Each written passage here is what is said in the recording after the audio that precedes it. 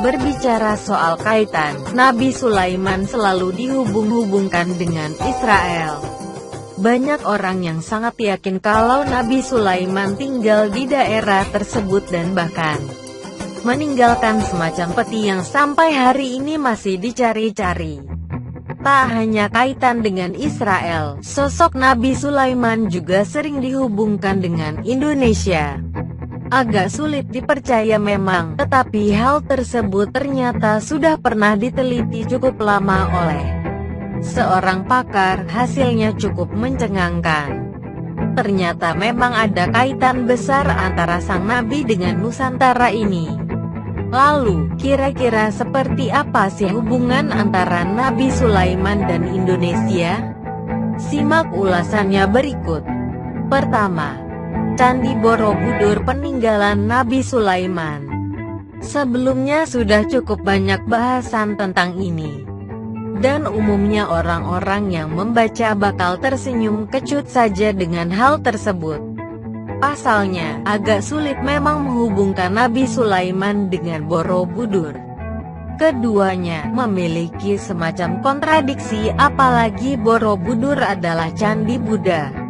Namun, menurut seorang pakar bernama Fahmi Basya, sangat banyak bukti yang menguatkan kalau candi ini memanglah peninggalan putra Nabi Daud tersebut.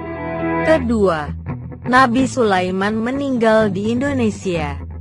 Masih menurut Basya, pakar matematika Islam ini juga mengatakan kalau Nabi Sulaiman ternyata meninggal di Indonesia. Buktinya masih merujuk pada Borobudur, tepatnya pada bagian stupa atau istilah lainnya Hyam nomor 6. Kalau diperhatikan baik-baik di dalam sini ternyata kosong.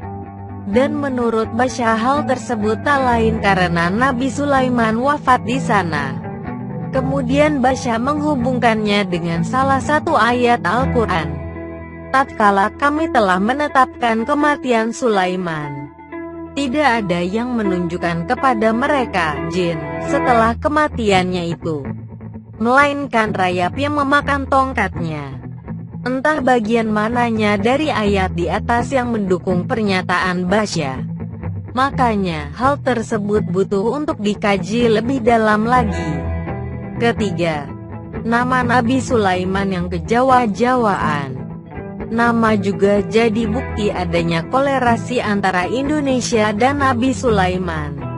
Kalau diperhatikan baik-baik, nama Nabi Sulaiman ini memang sangat unik dan tersemat unsur Jawanya, misalnya awalan su dan akhirnya men, yang merupakan ciri khas nama orang-orang Jawa. Di masa lalu, dari 25 nabi, hanya Nabi Sulaiman yang punya nama dengan awalan su. Kalau dilihat dari artinya, kata su dan men ini mengandung makna hamba yang baik dalam bahasa Jawa. Dan kalau merujuk kepada ayat suci Al-Quran, Nabi Sulaiman selalu dikatakan sebagai sebaik-baiknya hamba. Ada teori lain yang mengatakan jika ibu Nabi Sulaiman sendiri merupakan orang Jawa yang bernama Batsyeba.